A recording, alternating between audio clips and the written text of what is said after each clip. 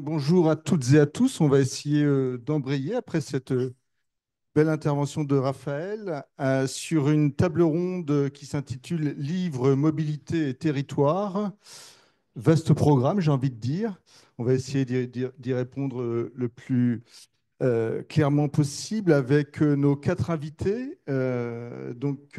Rosalie Lakatos, qui est responsable de l'urbanisme culturel et du partage des savoirs à l'agence d'urbanisme de Clermont Massif Central. Bonjour Rosalie. Voilà, Bonjour. Rosalie qui a fait en sorte de travailler sur la mobilité et de l'écologie en étant en visio, puisque effectivement, entre Clermont et Toulouse, ça fait quelques kilomètres. Avec nous, Ingrid Ledru, librairie Le Livre en Fête à Figeac, administratrice d'Alido et du syndicat de la librairie française, dont tu es la présidente de la commission écologie du syndicat.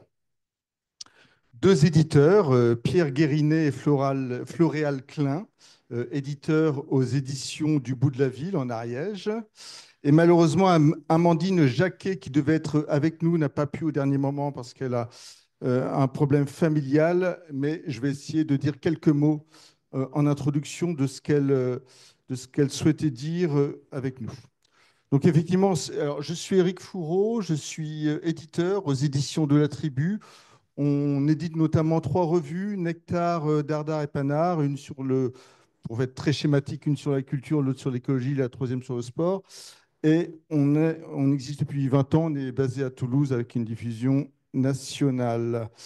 Euh, donc la question de... Merci en tous les cas aux Dédames, à Occitanie Livre et Lecture pour ce débat, parce qu'effectivement c'est un enjeu crucial, la question de l'écologie dans le livre et notamment des mobilités. Mais peut-être avant d'aborder ce sujet, dire deux mots quand même sur le fait qu'effectivement de plus en plus de professionnels du livre travaillent sur ces questions-là, comme dans d'autres domaines d'activité, mais en même temps, ce sont des professionnels qui sont fortement impactés aujourd'hui par les différentes crises que nous connaissons, notamment évidemment bon, la crise climatique, bien sûr, mais aussi les crises politiques, les crises démocratiques et en l'occurrence les crises politiques à travers aujourd'hui, comme vous le savez, malheureusement, une politique décomplexée à l'égard de la culture en général et donc du livre. Et ces professionnels du livre subissent ça au quotidien. Et donc, je trouve que c'est encore plus méritoire, si j'ai envie de dire, de travailler en plus sur la question de l'écologie, qui est sans doute aussi une question démocratique. Donc, en fait, sur cette thématique de la mobilité, il y a différentes approches. Il y a l'approche évidemment de la façon dont on conçoit un livre aujourd'hui. Lorsqu'on s'interroge sur la question de la mobilité, c'est dès la conception, c'est est-ce qu'il faut se déplacer pour aller voir les auteurs? On fait des rencontres avec un certain nombre d'auteurs ou d'autres personnes référentes sur un livre, un texte ou une revue. Et donc, est-ce qu'il faut mobiliser les déplacements ou est-ce qu'il faut travailler en visio? Sur la question de la production, évidemment, on reproche souvent aux éditeurs la surproduction. C'est une question qu'on pourra poser. Sur la question de la fabrication, où on fabrique, est-ce qu'il faut continuer à fabriquer en Chine, même si c'est moins cher? C'est une vraie question. Sur évidemment la question de la diffusion, de la distribution, de la commercialisation du livre, comment on travaille la mobilité des clients, la mobilité du livre en termes d'approvisionnement. Ça, c'est les questions de mobilité. Les questions de territoire sont tout aussi importantes. Raphaël, tu en as largement parlé, la question de territorialiser le livre et aussi d'apprendre à coopérer. Il se trouve que lorsqu'on est libraire, éditeur, bibliothécaire, on est sans doute aussi actrice et acteur du livre, actrice et acteur culturel, pardon, et on travaille ces questions de coopération sur un territoire avec d'autres professionnels dans d'autres domaines d'activité et aussi avec les habitantes et les habitants. D'où la question de l'éducation populaire dont vous allez évidemment parler, la question des droits culturels qui ont aussi été abordés par Raphaël tout à l'heure. Avant de vous laisser la parole, et pour ne pas être trop long, parce qu'on a quand même un temps assez réduit, je vais reprendre, là je vais plutôt lire, hein, parce que je vais reprendre ce que nous a envoyé Amandine avant qu'elle ne puisse pas venir. Donc, elle nous a parlé des différents pardon, écosystèmes des bibliothèques. Il y a d'abord évidemment l'écosystème de la lecture publique. Les bibliothèques font souvent partie d'un réseau intercommunal et travaillent le plus souvent avec la bibliothèque départementale, d'où une mutualisation des collections, notamment des ressources numériques. On peut également mettre en commun les outils d'animation ou de service. L'écosystème de l'offre éditoriale, le comportement des différents usagers par rapport à celui qu'ils ont en librairie, ça, effectivement, je trouve que c'est une remarque assez intéressante. Je n'avais jamais vraiment fait attention à ça. Elle dit, alors tu pourras contredire Ingrid éventuellement, mais elle dit que on a un comportement plus décomplexé en bibliothèque lorsqu'on est usager. On découvre, mais aussi on fait des lectures de plaisir coupable, elle dit. Par exemple, on peut aller emprunter un best-seller qu'on n'ira pas forcément acheter en librairie. Tu pourras réagir si tu veux, Ingrid, sur cet aspect-là qui me semble assez intéressant. L'écosystème de la collectivité territoriale dans laquelle la bibliothèque se situe. Donc, en tant que service intercommunal, la bibliothèque est un maillon au service de cette politique. Donc, nécessité évidemment de définir un cadre, notamment, principalement le schéma de lecture intercommunale, et de travailler la relation élu-fonctionnaire, qui est évidemment une relation importante lorsqu'on travaille en bibliothèque. L'écosystème global mondial, ce qu'il y a déjà dit, mais enfin, il y a évidemment les enjeux sociaux contre la lutte contre les fausses nouvelles et la lutte contre le réchauffement climatique. Les bibliothèques doivent s'adapter à leur contexte, dit-elle, être de son territoire. Il y a une différence d'offre entre l'hyper-ruralité, la périurbanité et les agglomérations. Exemple, les besoins de services urbains à la campagne. Il faut être de son temps aussi. Le métier de bibliothécaire est un de ceux qui a le plus évolué suite à la révolution numérique. Ce n'est pas faux. Il faut aujourd'hui être bibliothécaire au sens traditionnel du terme. On est évidemment spécialiste de la recherche documentaire et du classement, mais également être communauté manager, maker, médiateur numérique, ludothécaire, médiathécaire, administrateur, gestionnaire, manager. En fait, toutes les fonctions dont tu parlais aussi tout à l'heure, Raphaël. C'est vrai que ça fait partie de l'évolution des métiers de bibliothécaire et de médiathécaire. La disparition des experts, c'est effectivement tout ce phénomène de désintermédiation qui est à l'œuvre depuis l'avènement généralisé d'Internet et du numérique. Sans doute que les bibliothécaires l'ont pris de plein fouet avec l'ubérisation de la société. En bibliothèque, on est passé de la prescription à la recommandation, voire à la recommandation pair à pair.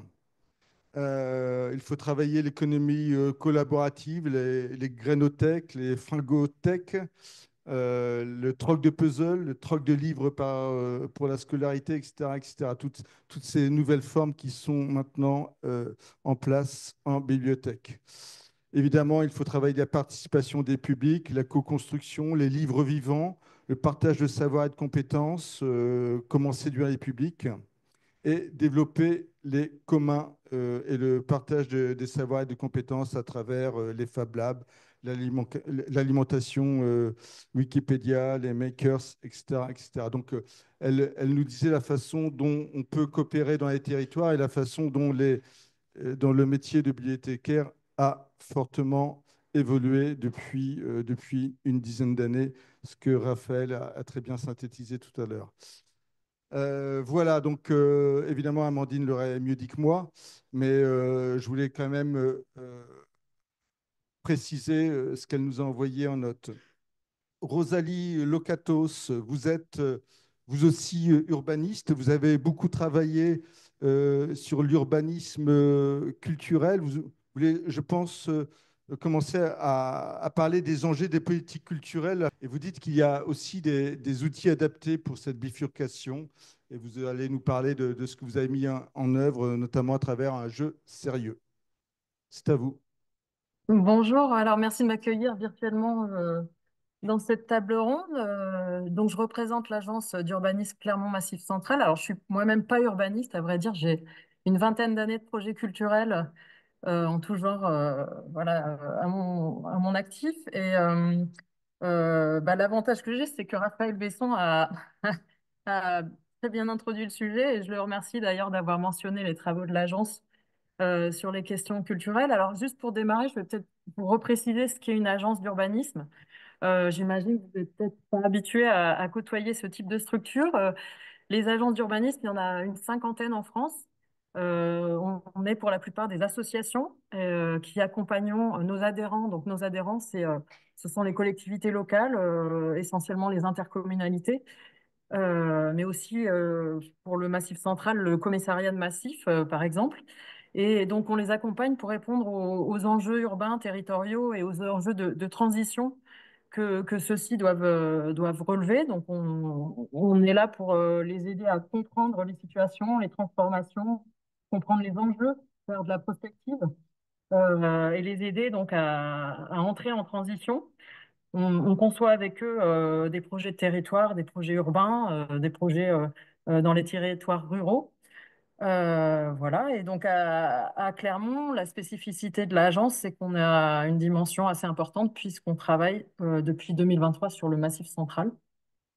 Et on a une autre spécificité, et Raphaël Besson en a parlé. Nous sommes une agence fortement impliquée sur les questions culturelles. Alors, Raphaël le disait, on a organisé en novembre 2023 une rencontre nationale des agences à Clermont qui s'intitulait Nos cultures, nos futurs, pas de réorientation écologique sans recomposition culturelle des territoires.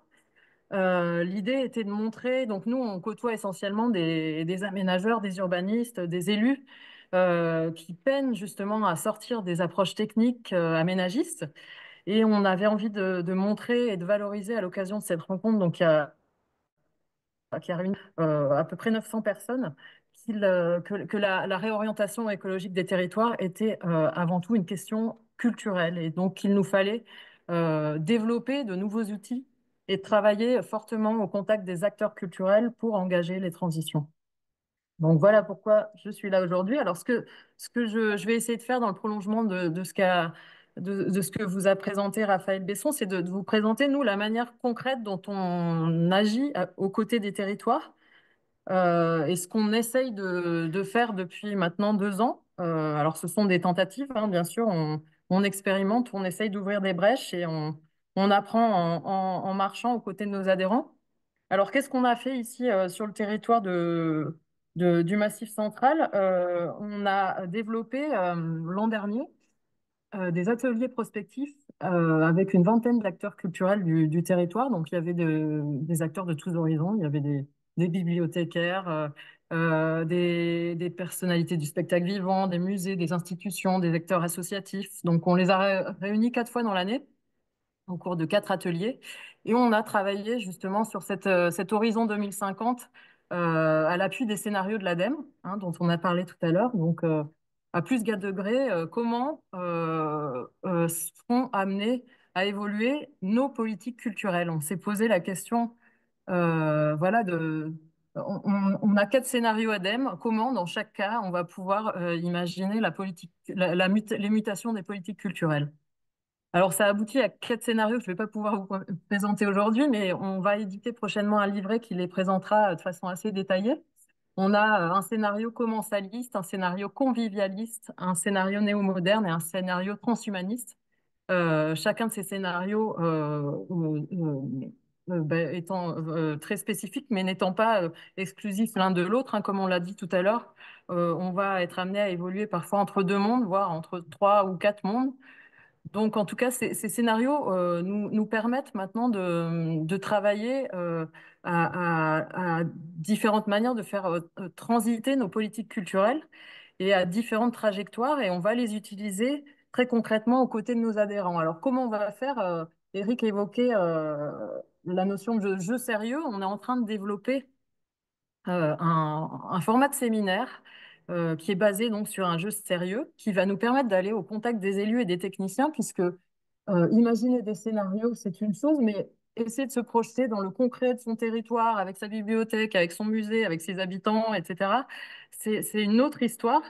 Donc, on est en train de prototyper un jeu qui va permettre aux élus, aux techniciens d'analyser le régime culturel dans lequel ils vivent, comment ils ont jusqu'à présent pensé leur politique culturelle, comment ils ont structuré leur action en lien avec les acteurs culturels, que ce soit le musée, que ce soit la bibliothèque, que ce soit les salles de spectacle. Enfin, là, on se situe dans l'existant et petit à petit, avec notre jeu, on va essayer de montrer que ces politiques peuvent muter. On doit pouvoir relier la culture telle qu'on l'entend actuellement à des problématiques bien plus larges sur le territoire, et que la question des transitions fait partie des questions qui doivent animer les politiques culturelles. Et donc, on va essayer avec ce jeu de faire relier, enfin de montrer qu'on peut relier une politique d'un musée à des enjeux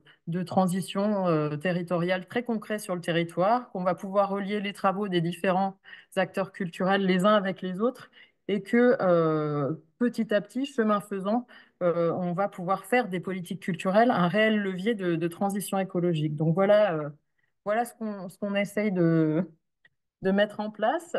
Comme le disait Raphaël, c'est vrai que les bibliothèques sont pour nous un maillage territorial très précieux dans cette approche-là.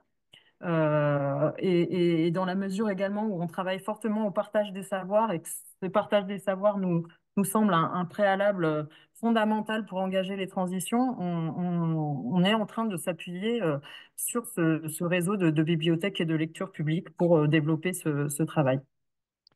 Et justement, Voilà. vous allez rassembler quel type de personnes autour de cette démarche et concrètement, ça va se passer, le jeu, ça se présente comment, ce jeu sérieux? D'ailleurs, c'est étonnant comme terminologie, un jeu sérieux, c'est jamais très sérieux, un jeu. Et pourtant, alors justement, c'est pas un exercice très facile. On essaye comment dire, d'avoir on est en train de créer un plateau là où les acteurs vont pouvoir d'une part positionner leur climat culturel actuel, la manière dont ils agissent actuellement, et un plateau où on va pouvoir dresser des trajectoires en fonction de quatre axes. Alors, je peux pas vous en dire beaucoup plus parce que je vais dire des bêtises, ce sera trop flou. Mais en tout cas, l'idée,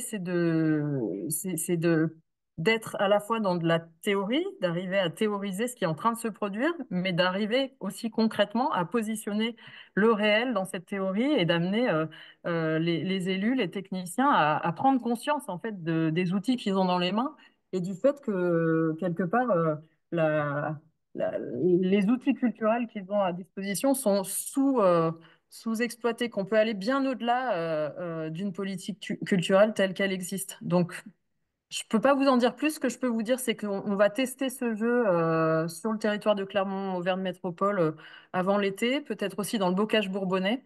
Donc, on va éprouver le prototype, et on espère le développer à partir de 2026 au-delà. D'accord. Et donc, il y aura aussi évidemment des actrices et des acteurs culturels autour de la table de jeu.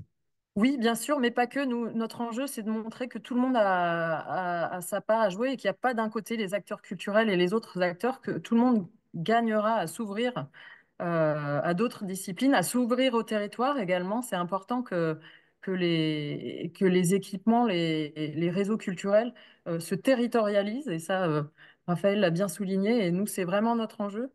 Donc, on va hybrider là aussi la participation et essayer de multiplier les approches.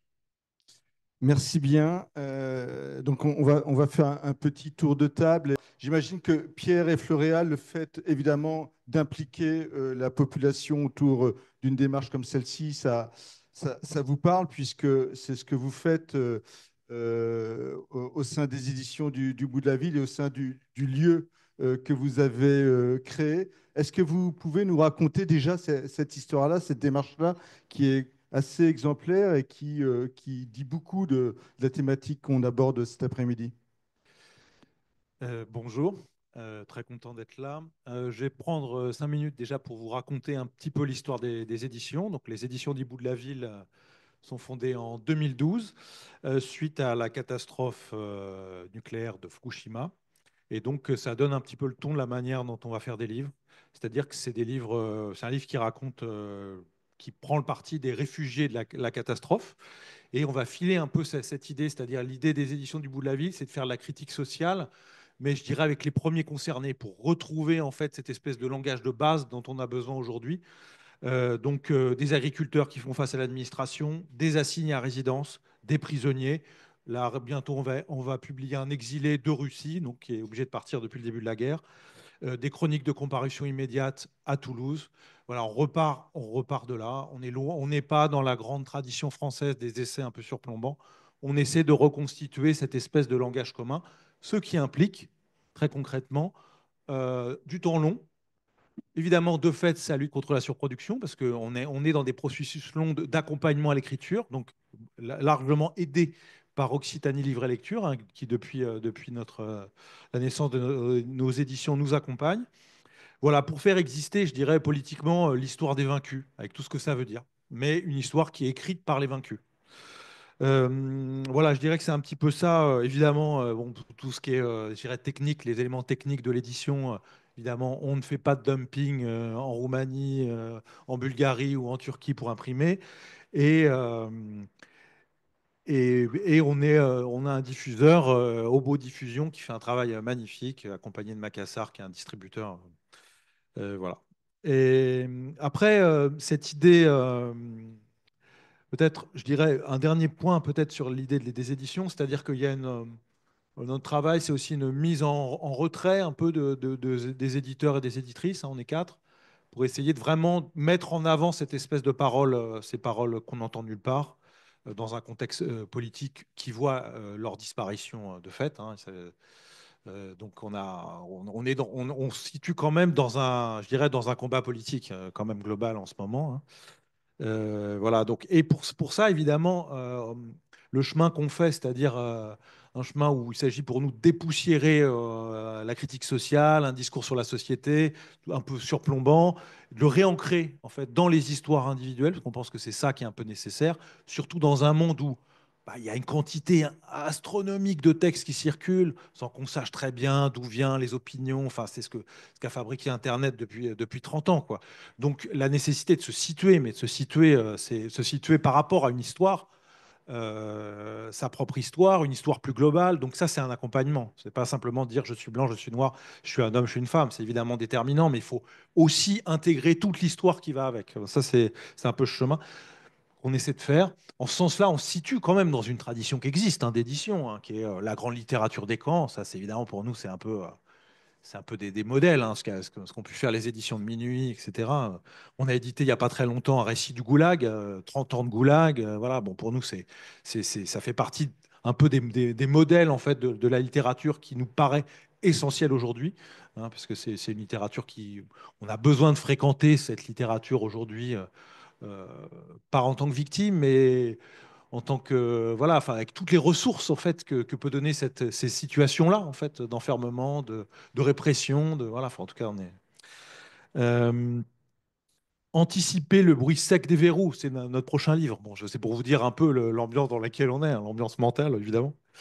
Donc voilà, donc l'idée de réancrer un propos, montrer la trace, comment se construit une pensée critique dans la vie des gens très concrètement, dans leur pratique. Un agriculteur va raconter ce qu'il pense du monde agricole et comment il fabrique son fromage, comment il cultive son champ, hein, dans un aller-retour permanent. Donc énorme travail d'écriture, de tissage, de ça c'est très complexe pour nous. Mais cet ancrage, il joue aussi dans le territoire où on habite, en Ariège. Et pour nous, c'est une forme de continuité évidente après 10 ans d'existence de se dire on va ouvrir un lieu à la campagne. Enfin, à la campagne, c'est pas la campagne en fait, c'est l'endroit où on vit. Enfin, c'est pas la ruralité comme les administrations maintenant appellent la campagne. C'est un mot qui a surgi là il y a pas très longtemps. Mais voilà, donc on le fait au milieu d'un univers et ça, je pense, ça c'est plutôt Pierre qui va nous raconter, qui va raconter un peu ce lieu qui a été inauguré cet été. Voilà, donc qui est un lieu qui fait ses premiers pas. Oui, bonjour à toutes et à tous. Euh, Ben oui, pour compléter ce que tu dis, c'est normal, c'est un duo, hein. Euh, euh, oui, quand tu dis que c'est ancré localement, c'est-à-dire que le fait de passer du temps avec des gens pour écrire des livres, alors que c'est des gens qui n'ont pas le temps d'écrire le plus souvent, ou des gens qui ne savent pas écrire à la base, qui n'ont pas une formation universitaire, qui n'ont pas été conduits par la vie à écrire, du coup, c'est un accompagnement tout en respectant cette parole, respectant ce que les gens ont à dire de leurs propres conditions. Ça nécessite de les recevoir et de passer du temps avec. Et du coup, c'est ce qu'on a fait depuis des années en bricolant ça chez nous. Et puis là, on a décidé d'ouvrir un lieu pour faire ça. Puis en fait, ce lieu, avec le chemin, on s'est dit, bah, c'est pas que ça non plus. Comme on s'inscrit dans l'édition indépendante, critique, politique, qui peut être enfin, très variée, hein, voilà, comme elle existe aujourd'hui en France, on se dit, c'est un lieu qui permettra de mettre en avant aussi cette édition-là. Voilà. Et donc, on fait aussi de la vente. Donc, c'est aussi une librairie, mais une librairie d'éditeurs, quoi. C'est-à-dire qu'on n'a pas le problème de la prescription, là, hein, qui est posé aux bibliothécaires divers et variés ou même aux libraires et aux librairies classiques qui. euh, nous, enfin, de fait, on peut se permettre de dire aux gens qu'on diffuse pas tel livre, qu'on n'a pas tel livre et que c'est pas très grave et qu'ils le trouveront ailleurs s'ils doivent le trouver ailleurs. Voilà, c'est ça. Et parce qu'on défend un travail en tant que père et en tant qu'éditeur ou éditrice, d'autres éditeurs et d'autres éditrices. Donc on défend ces catalogues-là comme des égaux et d'une certaine manière. Donc on peut défendre plus facilement et dire, bon, bah oui, on diffuse, je sais pas, on diffuse Ici-bas et on diffuse des paysages et on diffuse Blast, mais on diffusera pas ou on n'achètera pas. Nous, dans notre fond, un certain nombre de livres, quoi. Et ça, faire exister ça dans le village où on habite, depuis 20 ans, ça pouvait paraître étrange pour plein de gens en disant mais c'est une librairie qui est quelque part hyper exigeante dans un endroit où il n'y a même pas de librairie en fait à la base.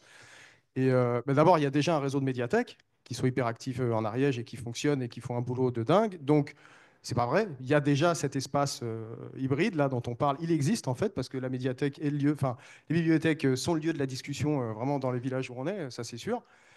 Et donc, c'est pas une pratique qu'on invente, hein. On fait que la relayer et la faire à un autre endroit.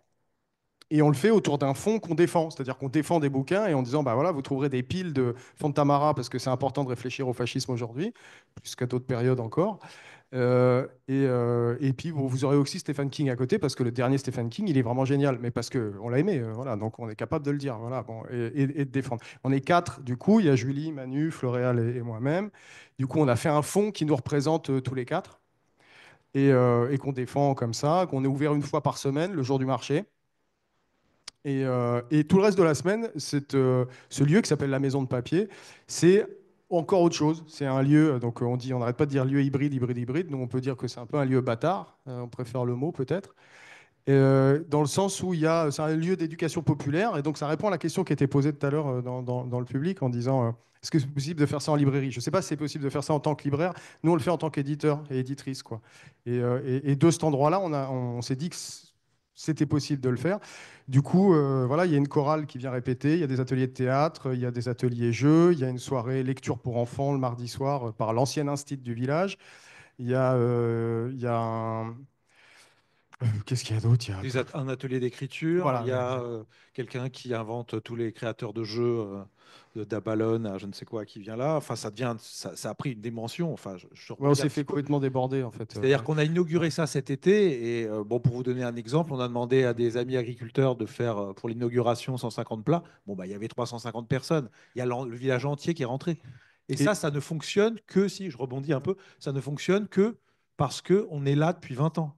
On serait arrivé il y a 20 ans dans ce village avec ce projet-là, les gens nous auraient regardé, vous êtes en train de nous coloniser. Et là, ils nous disent, vous nous faites un cadeau. Donc là, c'est complètement. Et alors, parce pour nous, qu'on c'était est un cadeau. lié, Ouais. on est dans les assauts de parents d'élèves, on est au foyer rural, on est un chat. Du coup, c'est à l'intérieur déjà d'un réseau déjà existant. C'est-à-dire que c'est pas l'institution qui va fabriquer le réseau. Ça, vraiment, j'y crois difficilement. C'est plutôt des réseaux déjà existants, si on appelle à peine des réseaux, hein. C'est des relations déjà existantes qui fabriquent ces lieux-là. Et ça, en tout cas, notre histoire, qui est courte, hein, puisqu'on n'existe que depuis cet été, mais le succès immédiat dans lequel ça a pris sur. Voilà, on est lié avec la librairie de Saint-Giron à la lettre. On fait des choses avec la médiathèque de Saint-Giron, avec la librairie du Cachalot à Foix, etc., etc., etc. C'est-à-dire que avec la librairie féministe qui existe dans le village, voilà. Et donc on peut trouver dans cet endroit à la fois des livres pour des chasseurs, parce ils viennent les commander là, et à la fois des livres féministes. Voilà, il y a tout Audre-Lorde. Bon, bah voilà.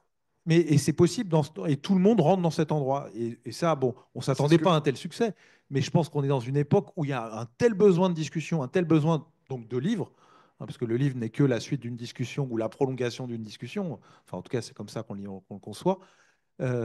Voilà, et du coup, de ces allers-retours dans l'histoire qu'on peut proposer en tant que lieu qui défend le livre, puisque le livre reste quand même l'endroit privilégié de l'histoire, enfin, bon, de l'imaginaire, mais aussi de l'histoire. Voilà, donc ça reste l'outil central. Donc c'est vrai que ce lieu, voilà, bon, on reviendra dessus, hein, parce qu'on va peut-être pas plus s'étendre. Je pense on est dans le temps à peu près imparti. Vous avez été parfait, mais effectivement, ça donne envie de vous interroger sur cette histoire éditoriale très, très singulière et cette histoire du lieu pour savoir ce qu'il donne réellement, socialement, sur place. Ingrid, toi, tu interroges au quotidien, j'ai envie de dire, la question des mobilités et la question aussi de l'échelle de ton territoire, parce qu'on parle, est-ce que tu es à la campagne? Est-ce que tu es dans un bourg?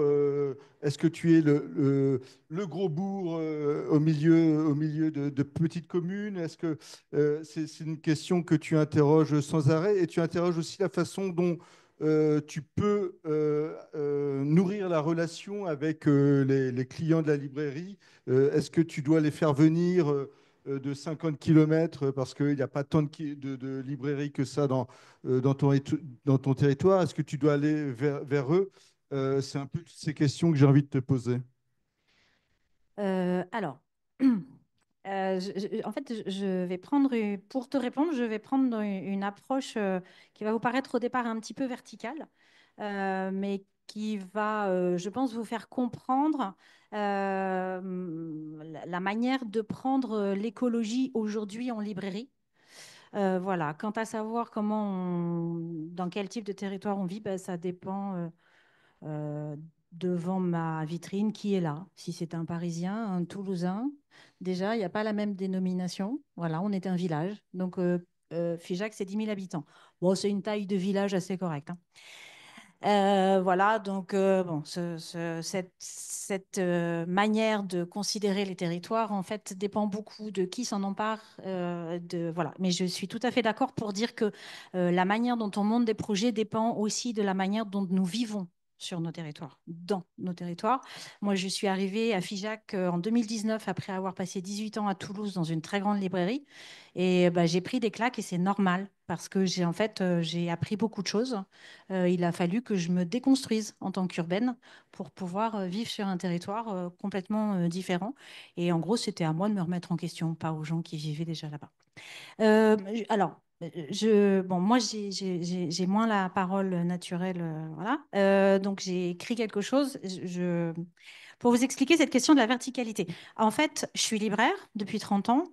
Mais je suis aussi l'une des libraires à l'origine de reconstruction d'une association régionale. Nous avons un collectif dans l'Aude, je suis membre du syndicat. Et donc, la question écologique, je la porte du niveau national au niveau local. Et pour moi, c'est très important parce qu'aujourd'hui, je pense qu'on est confronté à un morcellement de la question écologique que nous abordons trop par des questions d'éco-gestes et notamment dans le métier de libraire. Et là, il faut dépasser la question de l'écologie pratique parce que bah, c'est bon, quoi. Enfin, c'est pas qu'on est au bout, mais c'est qu'on a déjà enclenché des choses. Alors que par contre, la question de l'écologie d'un point de vue politique et social, et je vais revenir là-dessus parce qu'il est très important en librairie, là, on n'y est pas. Euh, alors, euh, le versant économique, qui est celui qui nous fait tenir et qui nous rend un peu schizophrènes en librairie. On est écologique, mais en même temps, on doit gagner sa vie, mais en même temps, on doit payer des salaires, mais en même temps, il y a de la surproduction, mais en même temps, voilà. C'est presque celui qui est en train de disparaître le plus, alors que c'est celui qui va pouvoir refaire sens, parce que c'est la répartition de la valeur. Et ce premier point-là, nous ne pouvons le discuter qu'à l'échelle nationale. On ne peut pas le discuter à l'échelle locale, c'est pas possible. Les conditions de rémunération de tous les acteurs de la chaîne du livre, ce sont des discussions nationales. Alors après, on peut avoir des comportements au sein de nos structures qui sont plus ou moins bien, mais c'est quand même une échelle nationale. Et autant vous dire, pour être au syndicat de la librairie française, les discussions sont très tendues. C'est-à-dire qu'aujourd'hui, on arrive à un point où la question de la rémunération est quasiment impossible à poser dans la répartition, notamment avec les éditeurs. Évidemment, je ne parle pas de vous, mais surtout la diffusion et la distribution qui tiennent le nœud du problème. Cependant, en fait, en librairie, et je suis assez effarée par le peu de libraires dans cette salle, en fait, si on veut, il va falloir qu'on reprenne notre part. Et il va falloir qu'on redevienne acteur de notre interdépendance. Cette interdépendance, elle est là. Je veux dire, ce n'est pas une discussion, on est dans un écosystème. On est tous interdépendants les uns des autres. Mais le libraire, et là je vais me situer vraiment du côté du libraire, hein, doit se déconstruire, doit sortir de sa place de vilain et pauvre marchand.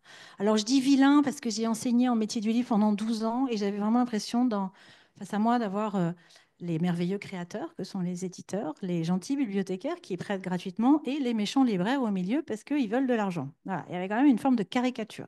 Et en fait, nous avons besoin de déconstruire tout ça. Parce que pour travailler ensemble, il va falloir qu'on déconstruise toutes nos postures et tous nos rôles. On ne peut pas échapper à ça. Ça n'est pas possible. La bibliodiversité, c'est une première approche. On en a beaucoup parlé ce matin. C'est pour moi, aujourd'hui, ça fait 30 ans que je suis libraire. C'est le premier Noël où je m'emmerde. Et c'est pas en rapport à la qualité de la production, c'est en rapport à la masse. C'est en rapport à la masse et c'est en rapport au manque de curiosité de notre clientèle qui va de plus en plus très facilement vers des tables qui sont archi-faites et refaites par... voilà. Or, notre métier, à la base, c'est d'abord choisir parmi des milliers de productions, 63 000 nouveautés en 2023, 24, pareil. Diffuser, organiser, proposer, valoriser, partager une production éditoriale qui est de plus en plus importante.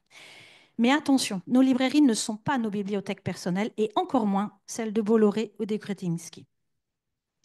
C'est ma réponse à Amandine sur la question de la façon dont on peut être décomplexé en bibliothèque. On peut être décomplexé en librairie si le libraire veut que ses clients soient décomplexés. Ça doit être un mouvement volontaire. Notre posture de libraire doit à un moment donné poser les conditions pour que le lecteur se sente décomplexé. Et moi, je vends de tout. Alors, pas tout, mais je vends de ma ligne éditoriale, comme disait Anaïs, mais c'est aussi une ligne éditoriale qui n'est pas ma bibliothèque personnelle. La meilleure manière pour moi de préserver la bibliodiversité, c'est de questionner nos pratiques. On doit s'adapter, ce n'est pas une question. Mais on doit s'adapter dans un écosystème. Je vois beaucoup de libraires aujourd'hui qui parlent de la question du transport. Alors oui, il faut qu'on se pose la question du transport et je vais vous en donner des exemples.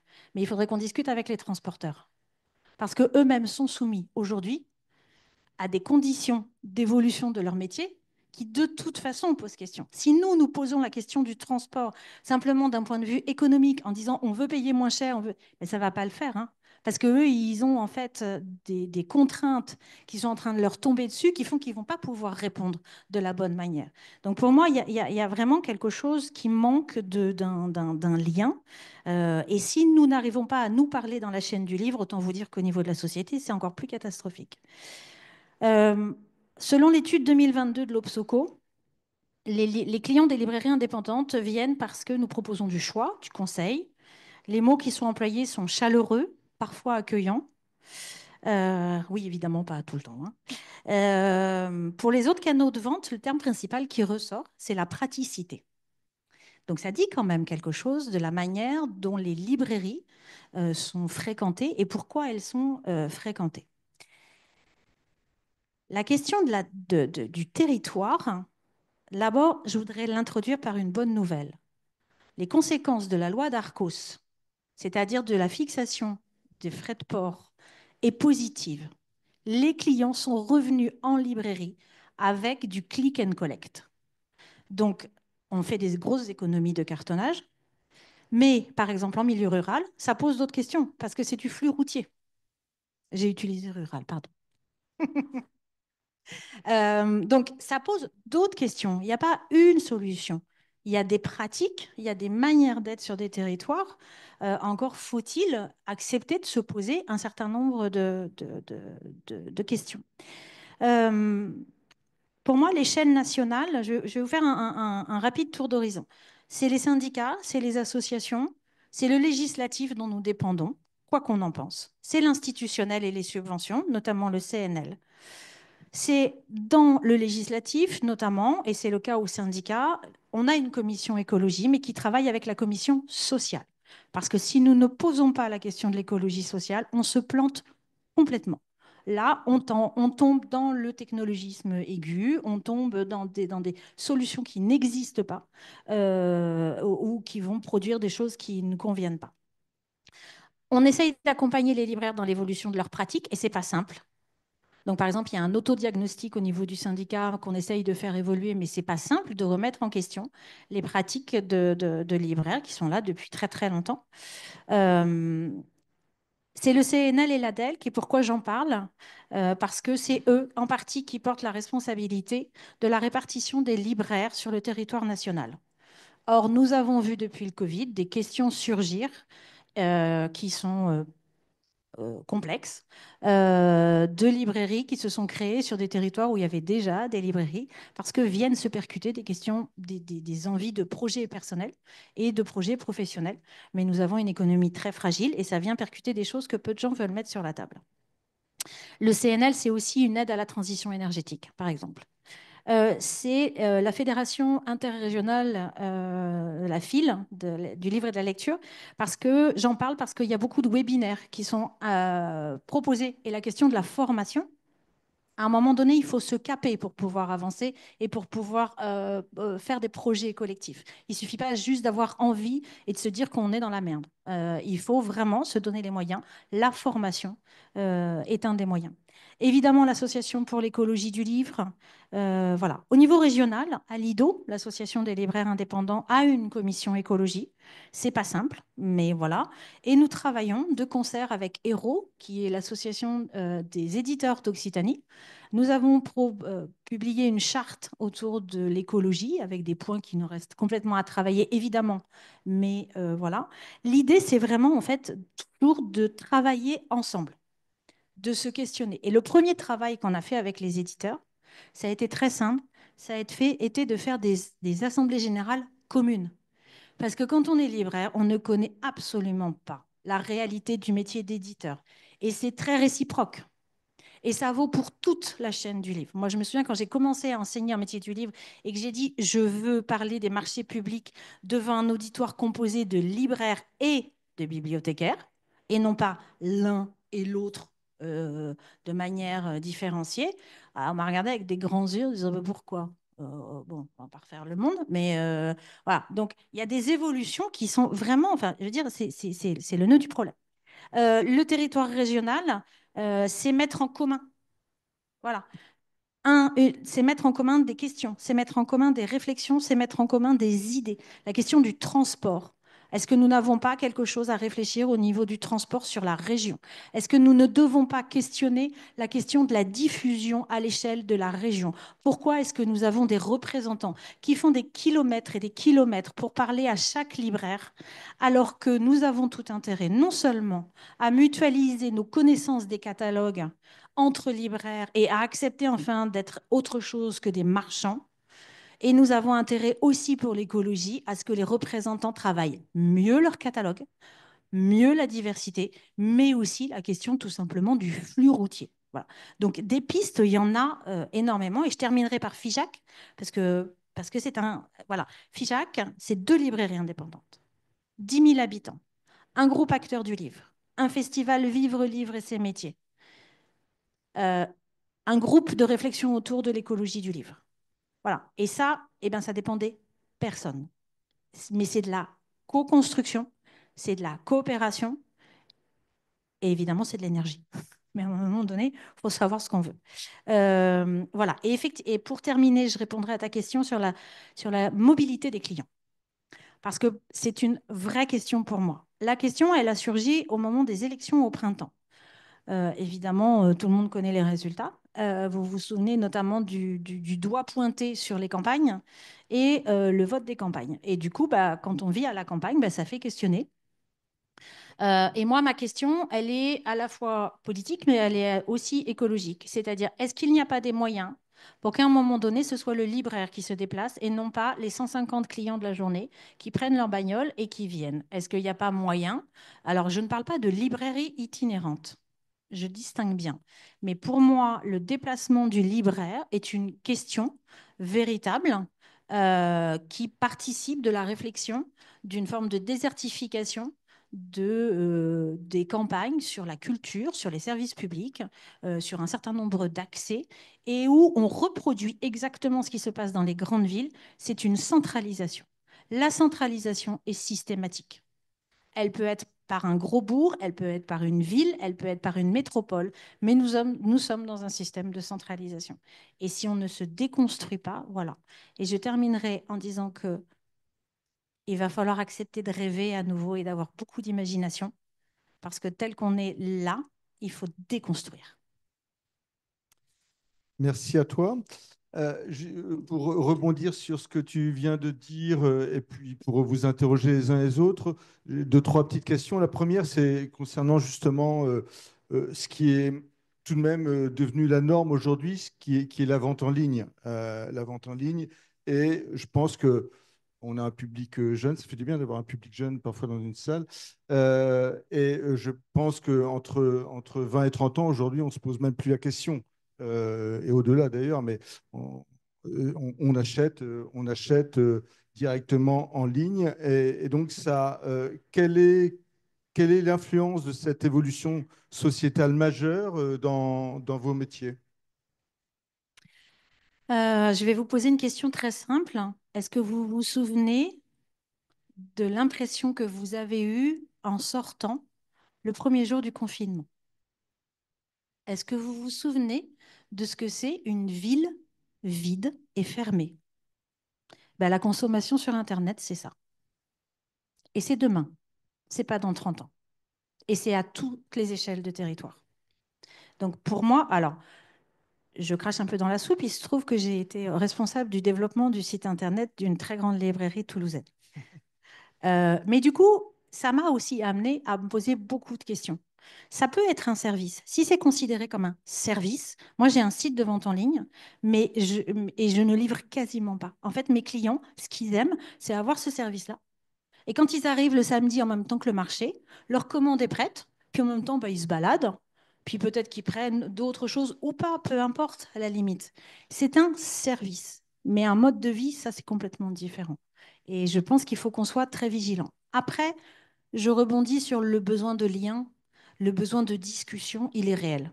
Il faut que nous, on sache l'accueillir, l'initier, voilà, continuer à le proposer et pas forcément dans ce modèle de rencontre, à quelle heure vous écrivez, avec quelle couleur de stylo, voilà.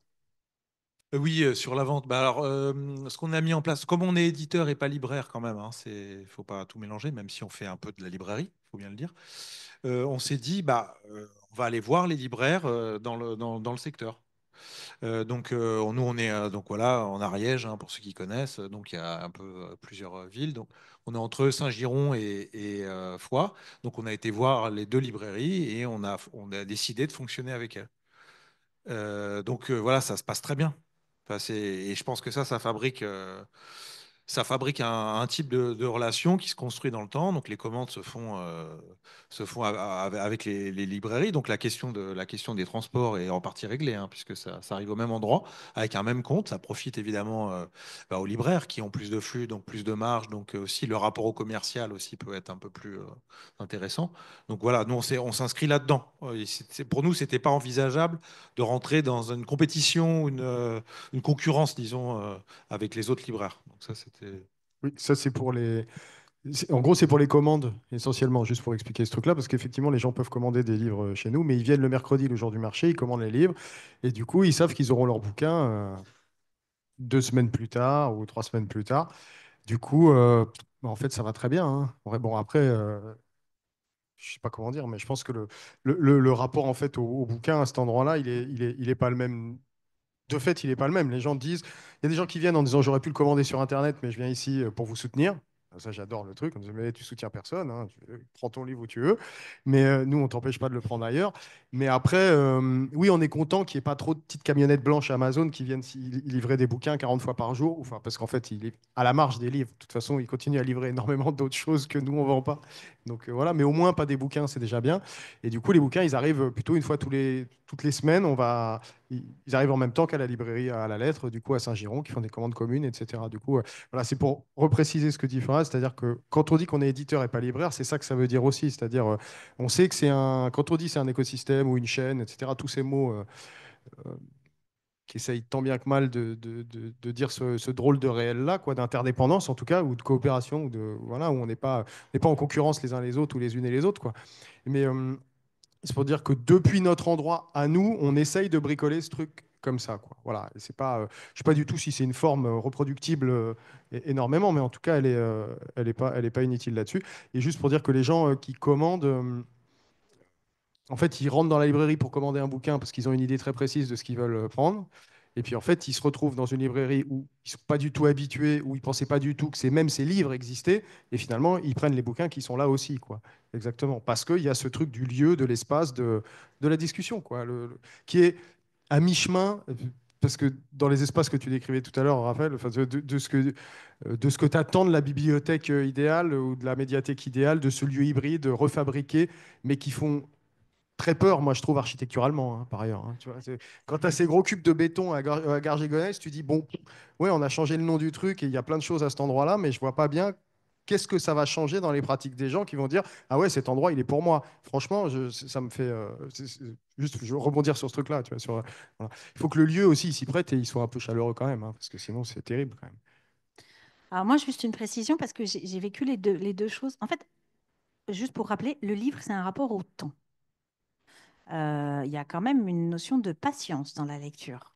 Euh, et moi, je me souviens quand je m'occupais du site de vente en ligne de la Grande Librairie toulousaine, en gros, les gens, ils commandaient donc Hypercentre, hein. Ils commandaient à 22 heures, ils ne comprenaient pas pourquoi le lendemain matin, c'était pas prêt à l'ouverture. Oh, bah, excusez-moi, les lutins de Noël, ils bossent pas.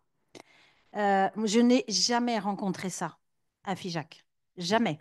Le rapport au temps est généré par l'endroit où on vit. Il est accéléré ou il est ralenti. Et d'ailleurs, on ne va pas vivre par hasard, en tout cas pas tout le temps, là où on vit. Et ce rapport au temps dans le livre et dans le fait d'avoir le livre. Moi, quand je suis arrivée, j'ai dit, excusez-moi, il faut entre 1 semaine et 10 jours pour avoir le livre. Les gens m'ont regardé, bah oui, c'est normal. Parce que la normalité, bah, c'est des gens qui travaillent. Si vous avez un jour l'occasion, allez voir les conditions de travail dans les centres de distribution de la Sodis, du D, d'Hachette ou d'Interforum. Ça vous remettra les idées à l'endroit. Ça vous évitera de râler aussi quand vous serez libraire pour dire ah, mon livre, il n'est pas arrivé, je ne comprends pas pourquoi. Donc, à un moment donné, reposer la question des conditions de travail de tout le monde, c'est très important. Et donc, pour avoir un livre, il faut du temps. Je rajouterais une petite chose par rapport à la question. En tant qu'éditeur, avec notre diffuseur et plein d'éditeurs, on a décidé que nos livres ne seraient plus en vente sur Amazon. C'était il y a quelques années. Donc on a fait une tribune. Et voilà, en s'engageant, c'était terminé Amazon pour plein de raisons, y compris de l'intérêt des éditeurs, puisque Amazon se permet de renégocier en permanence toutes les remises, enfin, bon, etc. Il joue au libraire, mais c'est pas un libraire. Enfin, faut qu'on arrête de se le raconter. Et donc, voilà, on voulait le marquer. On a marqué la chose matériellement et, enfin, symboliquement et matériellement en tout cas.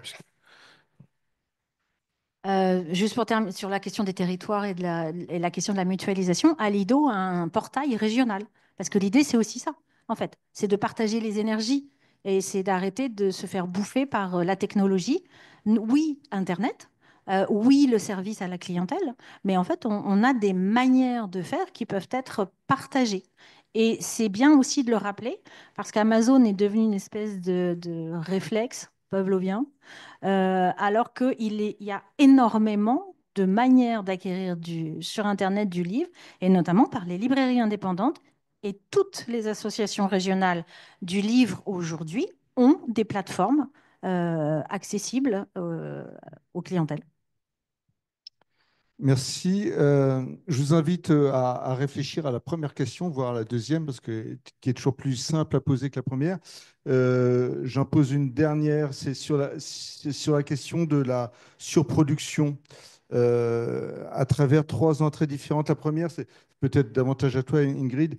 Est-ce qu'on a des chiffres réels sur l'impact de cette surproduction, de l'augmentation de la production de livres en France depuis plusieurs années? Ça, c'est une première question qui me semble assez intéressante.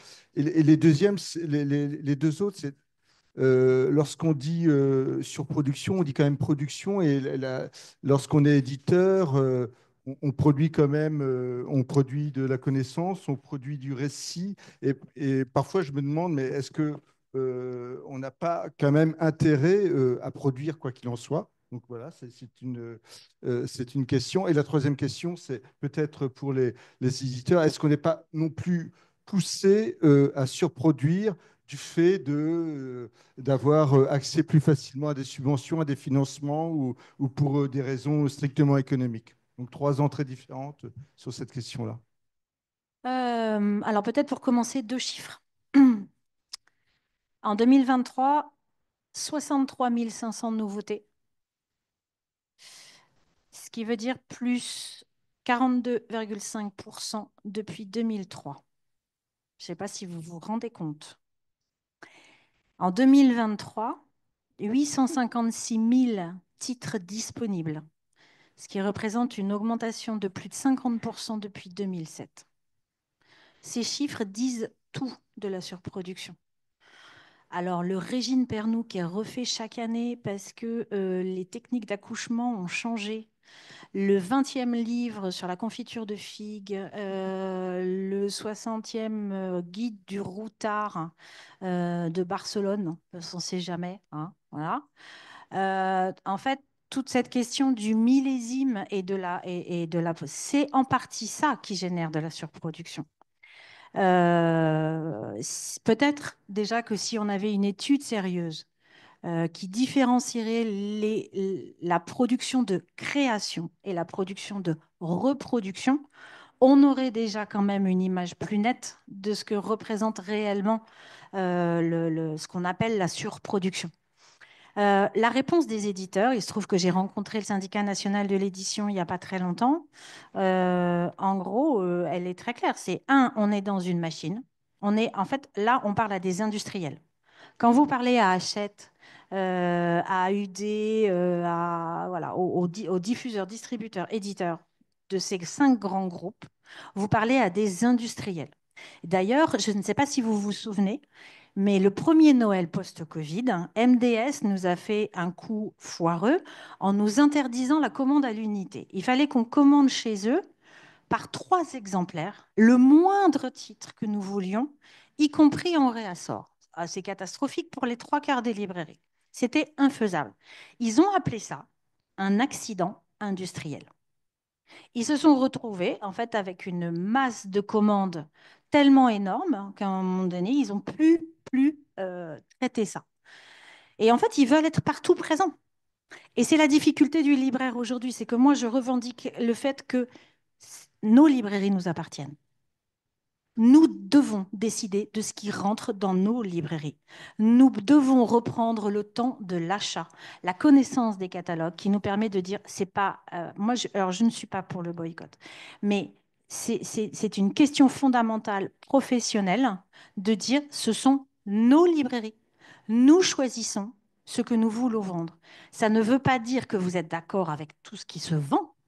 Ça veut dire qu'à un moment donné, vous êtes responsable de ce que vous achetez. À partir de là, si nous reprenons la main sur ça, au moins déjà, nous regagnons du temps.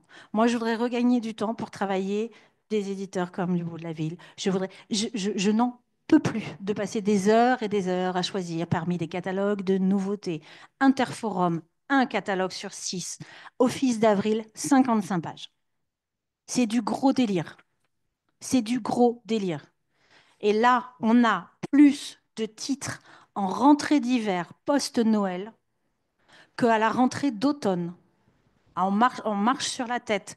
Avec, et là c'est quelque chose sur lequel moi je vais prendre mon bâton de pèlerin, quand vous avez des éditeurs, je parle des gros, qui vous envoient des offices le 2 janvier, c'est un mépris social. Nous sommes les prolos des éditeurs des grandes machines. Voilà. Donc, soit on reprend la main en continuant à faire notre métier et en sachant le faire, parce qu'on sait le faire, soit on va se faire bouffer. Et Sterrin, l'ami de Bolloré, qui veut racheter 300 librairies en France, il y arrivera. C'est notre professionnalisme qui, à un moment donné, permettra qu'on ne se laissera pas faire. Ouais, ouais, je veux vraiment rebondir là-dessus, parce que c'est très bien qu'on en arrive quand même un peu à cette histoire-là aussi, parce qu'on est vraiment au cœur de la bataille qui se joue là, quoi. D'abord, je pense que oui, l'industrie du livre est devenue un grand accident, globalement. Là, je suis bien d'accord, un grand accident industriel, quoi, globalement, quoi, dont les effets de la catastrophe ne sont pas finis, comme n'importe quelle catastrophe industrielle. Elle continue à se répartir comme ça. Là, pendant des années, on la digère, quoi. Et c'est que le début de cette catastrophe, quoi. Bon, voilà, elle a commencé il y a des années, comme on l'a vu ce matin, mais elle s'amplifie avec des gens qui ont, en plus du projet effectivement économique purement capitalistique, un projet idéologique plus affirmé, plus puissant, avec des moyens derrière, quoi. Et c'est fou de voir que, effectivement, Pierre-Édouard Sévin, qui a donc ce projet, cet ami de la droite réactionnaire la plus classique française et celle qui porte aussi des sweats capuches, qui va taguer la chapelle à Toulouse aujourd'hui, quoi. C'est ces mêmes gens-là. Ces gens-là, ils ont bien compris que les lieux hybrides, c'était hyper important, par exemple. Ils ont tout à fait compris, parce qu'il dit qu'il a un projet entre 300 et 500 librairies en France, en disant, pour combattre cette soi-disant wokisation générale des esprits et l'hégémonie culturelle de la gauche, féministe, trans, etc., etc., il faut absolument aller reconstituer dans les territoires de cette France rurale, périphérique, naninana, qu'on n'arrête pas de sucer en faisant semblant de la caresser dans le sens du poil en permanence, et en fait en l'utilisant à l'infini, en la méprisant plus que tout, en imposant leurs histoires là, de 300 ou 500 lieux en France, etc. Ils veulent faire des lieux effectivement de réappropriation culturelle pure, enfin mais d'appropriation culturelle de ces endroits-là et d'acculturation de la diversité réelle qui est vécue par les gens à cet endroit-là, au nom de leur vision de la civilisation, quoi. Et donc là, on est face à un truc où effectivement la librairie de Figeac est menacée directement à cet endroit-là, comme la librairie de Rabastens voilà, les libraires de Rabastens qui se font tabasser il y a 1 an et demi en se faisant traiter de salle noire, ou l'animateur d'un café culturel en Ariège qui fait de la librairie, qui se fait tabasser en se faisant traiter de sale PD, ou la chapelle, comme je disais, qui se fait taguer ces jours-ci. C'est la même entreprise qui est exactement en cours, là, par les petites chemises noires de la rue, là, que celle des costards cravates de l'industrie, de la grande industrie, qui veulent reprendre le contrôle enfin, qui veulent vraiment prendre le contrôle de nos esprits pour les années qui viennent, et qui sont en train de le faire. Enfin, je veux dire, on en est là, quoi. Je veux dire, on en est, voilà. Et donc là, il leur manque ces tiers-lieux, il leur manque ces lieux hybrides, il leur manque ces lieux culturels en plus des chaînes il faut aussi ces lieux, ces espaces de vie, quoi, parce qu'en fait, ils savent aussi que la librairie, c'est autre chose, quoi. Enfin, l'endroit où le livre circule, l'endroit où le livre se discute, ça restera toujours autre chose que la consommation d'un écran de télé. Donc, il faut aussi aller s'approprier ces endroits-là. Donc, quand on parle de lieux hybrides, on peut parler de lieux de résistance aussi, vraiment important aujourd'hui, bourré de contradictions. Et là, je suis complètement d'accord avec ce que tu dis en disant, c'est juste pour rebondir sur ce truc des gentils, des méchants dans la chaîne, etc. On est bourré de contradictions, quoi. Je veux dire, nous, on est pour dire, on est on sous-produit, contrairement aux autres qui surproduisent, mais du coup, on ne peut pas complètement en vivre. C'est très compliqué de faire ce truc-là, parce que en fait, il faudrait qu'on surproduise nous aussi pour réussir à avoir une petite chance d'en vivre 5 minutes de plus et participer à cette grande machine-là. Or, on décide plutôt d'aller produire autre chose, quoi, de produire un espace, et participer à un lien culturel, social, mixte, bâtard, là, qui mêle un peu tout ça face à ce truc-là, mais on est coincé. On jette pas du tout la pierre, du coup, vraiment sur la librairie coincée à l'autre bout à l'autre bout. On sait très bien. Et comment dire, en montant un lieu comme ça, c'est pour faire pièce à ces gens-là de l'autre côté, mais c'est aussi pour dire, on sait que les libraires sont écrasés et pris à la gorge à cet endroit-là. Et en attendant que la profession, elle arrive, comme tu dis, à se bagarrer avec ce truc-là, à le prendre par les cornes, bah, nous, on monte d'autres trucs à côté, en fait, qui sont d'autres espaces qui complètent ce truc-là, où nous, on n'est pas pris à la gorge par ce truc-là. On est pris à la gorge de la chaîne de livres à un autre endroit, mais pas à l'endroit de la vente. Nous, on est tranquille, puisque, en fait, on distribue ce qu'on veut distribuer, et puis la Sodis, on la voit pas, en fait. Tu vois, on s'en fout. Hein. Rosalie, peut-être rebondir sur ce qui vient d'être dit ou on laisse la, comme vous voulez, hein, sinon on laisse aussi la parole à la salle. Est-ce que... Bah, rapidement, alors bien sûr, je ne suis pas comment dire, une professionnelle de la profession, donc je vais simplement parler de façon très intuitive par rapport à ce qui vient d'être dit.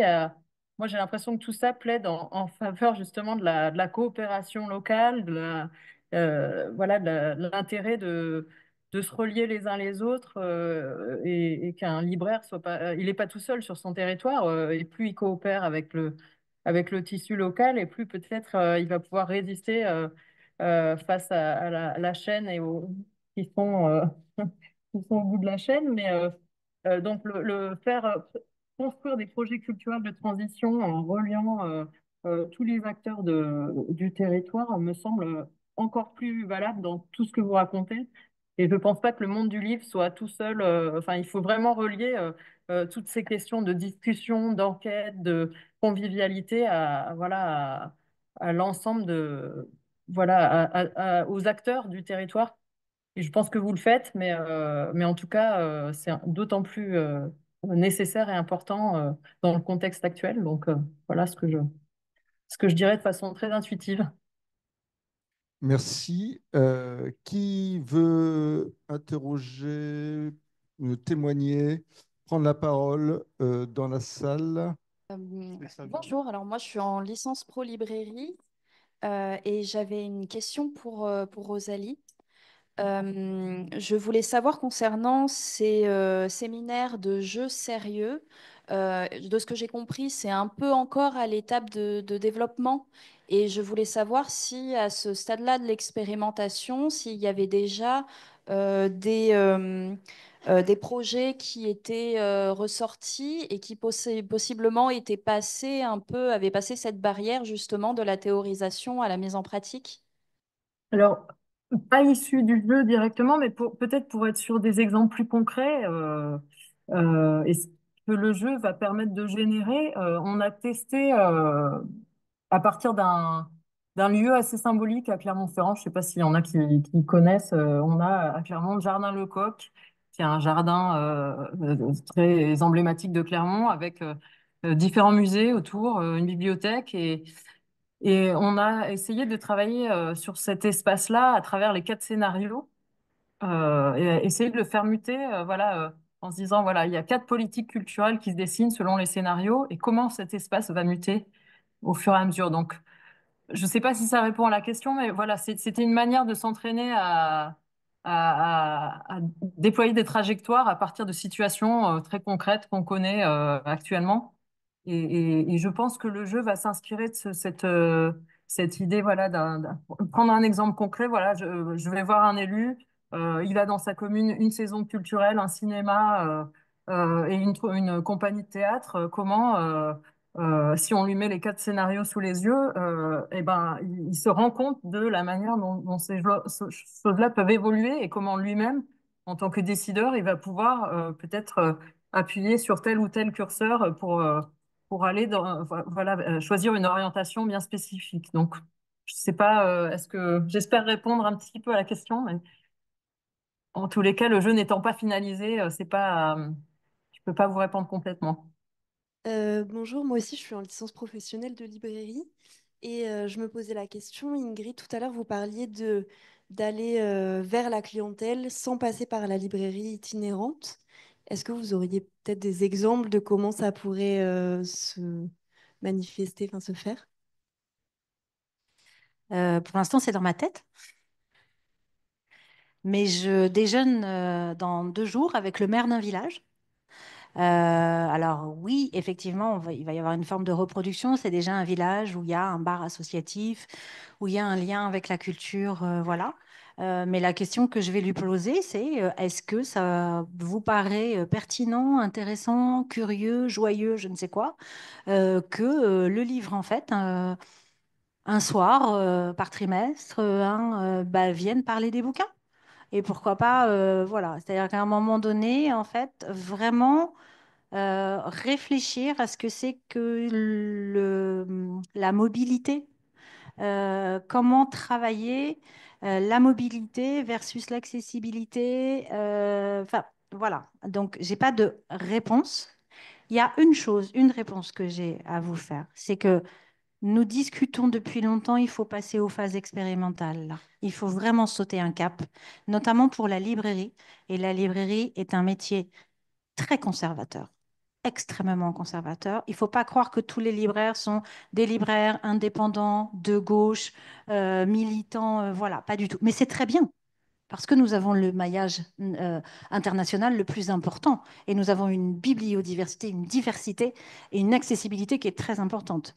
Mais il ne faut pas idéaliser le métier. C'est un métier, malgré tout, très conservateur. Et là, il faut aller le bousculer un petit peu.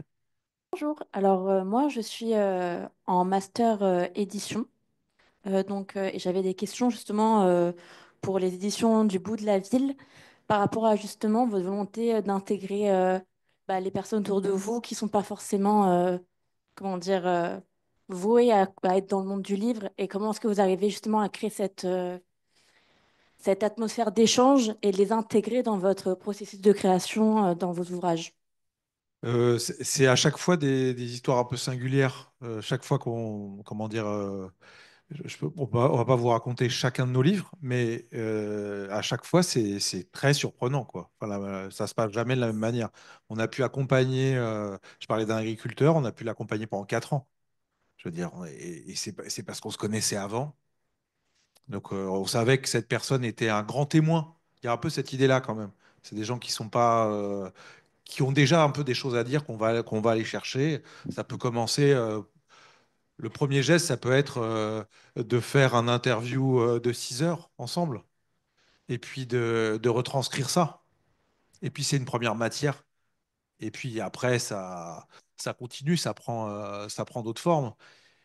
Mais il y a toujours un passage qui est bon, si je continue avec cet agriculteur, par exemple, où pour lui, la grosse difficulté, ça peut paraître étrange, hein, mais il est plutôt d'une génération où on ne parle pas de soi, donc comment réussir à parler de soi?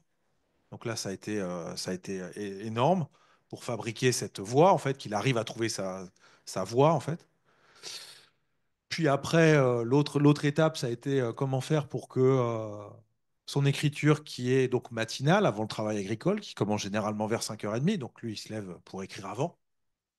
Comment est-ce que ce texte qui est écrit dans des moments compliqués de la nuit soit pas juste le fruit de ce qu'il a en tête, mais qu'il soit lisible par des gens. Donc on est les premiers lecteurs. Donc ça travaille 2 ans de correction. Voilà, tout ça. Bon, ça c'est un peu l'exemple extrême, hein. Mais ça fait des livres dont on sait quand on les fabrique que c'est des livres qui vont tenir pendant 10 ans. Dans 10 ans, ils pourront être lus, on le sait. D'abord parce qu'on y consacre du temps, Et puis parce que ça fait 4 ans, donc 4 ans, on voit un peu, il y a tout ce qui n'était pas de l'ordre de l'actualité, enfin, toute l'actualité, disons, disparaît. Enfin, ça, c'est les choses qui s'écrèment au fur et à mesure. Ça, c'est un exemple. Il peut y avoir d'autres. Donc, par contre, notre économie ne peut pas fonctionner que sur ce type de travail-là, sinon on meurt, évidemment. Donc, on va chercher dans la littérature des rééditions de types de textes comme ça qui nous plaisent.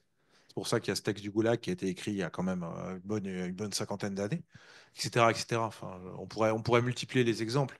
Et si je donnerais un exemple quand même intéressant, Aurélie Garand, donc une voyageuse donc, que l'État définit comme légende du voyage, donc voilà, elle raconte la vie d'une voyageuse aujourd'hui. Son frère a été tué par le GIGN et 7 ans après, on fait un livre avec elle.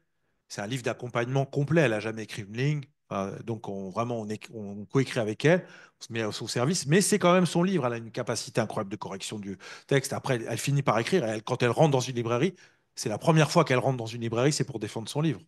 Donc il y a ce texte-là qui s'appelle Depuis qu'ils nous ont fait ça, qui raconte ce qui est finalement un des rares écrits qui vient du monde des voyageurs aujourd'hui. Et à côté de ça, il y a un livre de Didier Fassin, grand sociologue français, très respectable, très intelligent, qui a écrit un livre sur l'enquête. Mais c'est marrant de voir que ça, c'est pas nous qui l'éditons. Et on voit un peu, et on voit la difficulté des libraires à comprendre le statut de ces deux livres. Et ça, pour nous, ça, c'est un travail qu'on a à faire auprès des libraires pour dire on est un peu à côté. Ça ne veut pas dire que le livre de Didier Fassin n'est pas intéressant, mais c'est même un bon livre. Mais nous, on essaie de fabriquer cette espèce de première voie, en fait, qui manque terriblement dans cette époque et qui, pour nous, est le moment politique de l'édition. Après, c'est notre vision de ça, hein. Après, on peut très bien le. Mais pour nous, on a l'impression. Et ça, pour nous, c'est aussi un apport considérable de la culture féministe actuelle de reposer cette question, je dirais, enfin, un terme qui est vraiment pas féministe, mais ça la repose très naturellement. C'est-à-dire, c'est évident qu'il y a des paroles situées. Et donc, voilà, enfin, et ça, c'est un apport qui fait du bien socialement. Voilà. Claire Ramon, je travaille ici à la Bibliothèque de Toulouse et c'est vrai que ce que je retiens des interventions de cet après-midi, c'est finalement cette culture de l'expérimentation, cette culture du test, cette culture de voilà, questionner, remettre en cause, etc., qui n'est pas une culture qu'on a naturellement. Et échanger, c'est compliqué. Et c'est vrai que je me posais la question aussi, alors il n'y a pas que la formation, mais ça en fait partie. Moi, j'ai fait le DAM il y a 20 ans. J'ai eu aucun cours, par exemple, sur l'action culturelle, alors que ça a été mon métier après, finalement. Bon, voilà, c'est des questions. Et donc, je me dis, il y a vraiment cette posture et ce changement vraiment de... Alors, pour nous, professionnels en poste, bien sûr, et aussi vous, les étudiants, à essayer de nouvelles façons de fonctionner. Et voilà, moi, c'est ça que j'en retiens. Je trouve que c'est ce qui est riche. Je pense qu'en effet, il y a aussi cette culture commune qu'il faut, voilà, malgré et Occitanie Libre Lecture. Moi aussi, aujourd'hui, je vois par le groupe régional Écologie du Livre que je connais pas si bien certaines choses parce que j'ai fait une formation de bibliothécaire et pas libraire et pas édition. Et que oui, je sais globalement comment ça marche, mais pas forcément toujours concrètement, quelles sont les problématiques, etc. Et donc, je pense que, voilà, il y a encore ce mot de coopération qui revient, mais c'est ça, en fait. C'est vraiment la coopération et dans le test et oui, l'expérimentation. Je pense que c'est ça qu'il faut on arrive à. Enfin, qu'il faut. Qui va être intéressant d'y aller, quoi, et de tester. Par rapport à ça, Claire, donc on est dans le même groupe d'expérimentation régionale. Moi, je voudrais qu'on sorte du clivage générationnel. Parce que, alors, moi, j'ai un axe de travail sur l'écologie qui est l'écologie sociale. Voilà, c'était un des questionnements des rencontres nationales de la librairie cette année, enfin 2024, et on a un point d'entrée. Et je relis ça, alors je relis le générationnel à l'écologie sociale parce que pour questionner nos pratiques, nous devons nous faire un pas de côté ancienne génération. Donc oui, je suis vieille, mais je suis pas la seule.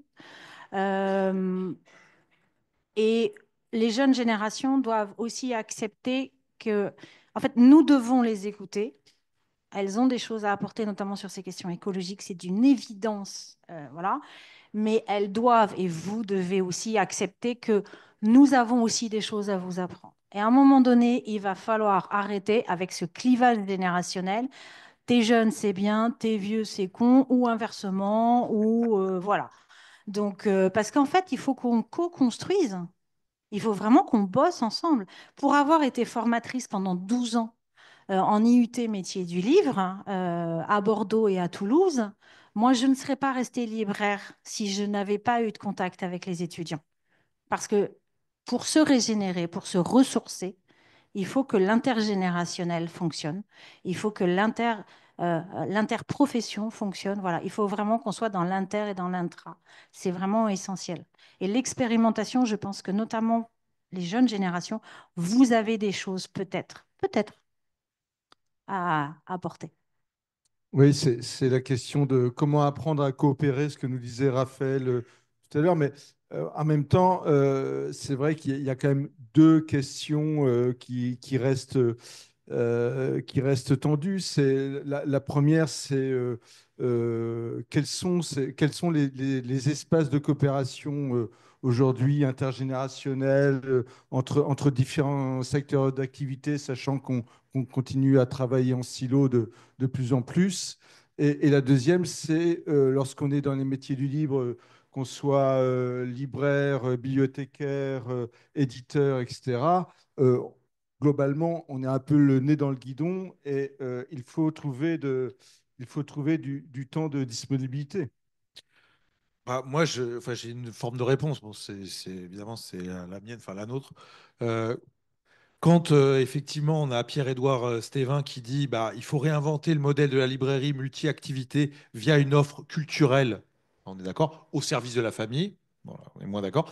Mais ce que je veux dire, c'est et qu'il met 1 milliard sur la table pour faire ça, et que Bolloré, bah, peut-être qu'il y a un espèce de sursaut des producteurs, des libraires, enfin des producteurs de livres, pour se repolitiser. Moi, je vois que ça, hein. Enfin, il n'y a pas de, il y a pas tellement de solutions. Enfin, ce qu'il dit en creux, c'est quand même intéressant d'ailleurs sa formule, parce que quand il dit oui, il faut faire une programmation culturelle familiale dans les petites et moyennes villes françaises, dépourvues d'offres, grâce à une diversification de produits et d'activités, petite restauration, animation culturelle, espace jeunesse, etc. Donc, ça, je veux dire, en fait, quand même, il dit en creux, les librairies sont des espaces politiques qui lui posent problème à lui. Je veux dire, sinon, il n'investirait pas. Donc, 1 milliard, hein, c'est bien de ça dont on parle, 1 milliard sur la table pour fabriquer ces 300 boutiques, 5000 événements culturels dans les 3 4 ans qui viennent, pour reconquérir et solidifier son électorat. Voilà, vous connaissez le projet Périclès, sûrement, là, qui veut dire patriote, enraciné, résistant, identitaire, chrétien, libéral, européen, souverainiste. Bon, c'est un super programme, mais ce que je veux dire, c'est que ça, quand même, ça dit quelque chose en creux. Donc, bah, chez les éditeurs, sursaut, alors que ça fait un petit moment quand même que tout le monde se fait grignoter, création d'une fédération des éditeurs indépendants, bah, c'est très très cool. Pareil, là, il y a cette grosse campagne contre Bolloré, etc. Du côté des éditeurs, bah, il y a une proposition qui vient de Burnout. Je sais pas, vous voyez une petite maison. Faisons une coédition avec 50 éditeurs contre Bolloré. Super. Voilà, bon, dans des délais absurdes, donc on essaie de produire quelque chose d'un peu rapide, mais ce qu'on vous a dit là en gros, mais Oui, parce que et même ça pour... va fabriquer des rencontres qui n'existent pas tellement. Il ne faut pas croire que les éditeurs se rencontrent beaucoup entre eux. Donc, je pense qu'au moins, dans ce contexte hyper hostile, où il n'y a plus de passe culture, où tout ferme, où il y a des suppressions de partout de travailleurs sociaux, 500 postes de travailleurs sociaux supprimés il y a 2 mois au Haute-Garonne, etc., etc. Dans ce contexte-là, bah, il n'y a pas tellement d'autres solutions que d'être un peu dans des histoires solidaires. Et la question des librairies, bah voilà, je pense vraiment ça repolitise assez franchement cette question-là. Donc, j'ai envie de dire, profitons de ce contexte, d'une certaine manière. Euh, alors moi, cette question du temps, elle me fatigue à un point. En fait, le temps, c'est un choix. Je suis désolée, mais en fait, ma mère, elle bossait à 40 heures par semaine, et elle s'occupait de ses enfants, elle faisait du théâtre, elle avait des activités culturelles, voilà. Donc, il faut voir, en fait, pourquoi on a ce sentiment de ne pas avoir le temps. Voilà. Moi, en fait, c'est la question vraiment que je me pose. C'est je ne dis pas que tout le monde a le temps de tout faire. Ça, c'est pas vrai, effectivement. Mais il y a des gens qui ont le temps, qui se sont dépolitisés qui devrait se repolitiser. Et puis à un moment donné, en fait, il faut savoir ce qu'on veut. C'est-à-dire que s'engager dans le collectif, s'engager dans le syndicalisme, c'est pas un gros mot, c'est l'avenir. C'est le présent, mais c'est l'avenir. Le collectif, c'est l'avenir. On peut rester enfermés les uns chacun de son côté, hein, il n'y a pas de problème. Le libraire sait très bien faire ça.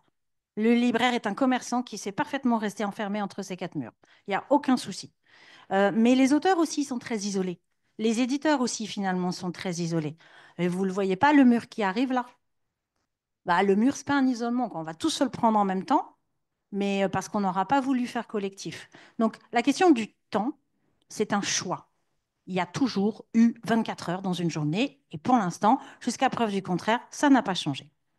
Savoir ce qu'on en fait.